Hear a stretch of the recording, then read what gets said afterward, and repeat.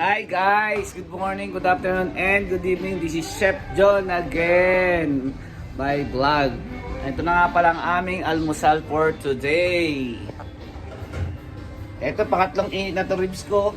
Tapos fried rice, garlic rice. Ito, itlog muna kami ngayon, itlog lang.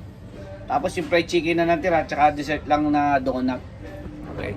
This is my friend Zaid. Yeah. At then, next time, pa-shoutout nga pala ako kay Josie, kay Jason, sa kapatid ko si Joanne, puro kay Hope. At maraming salamat sa pag-follow sa akin, sa ninang ko, Ninang Lilia. Thank you po sa lagi kayo nagla-like.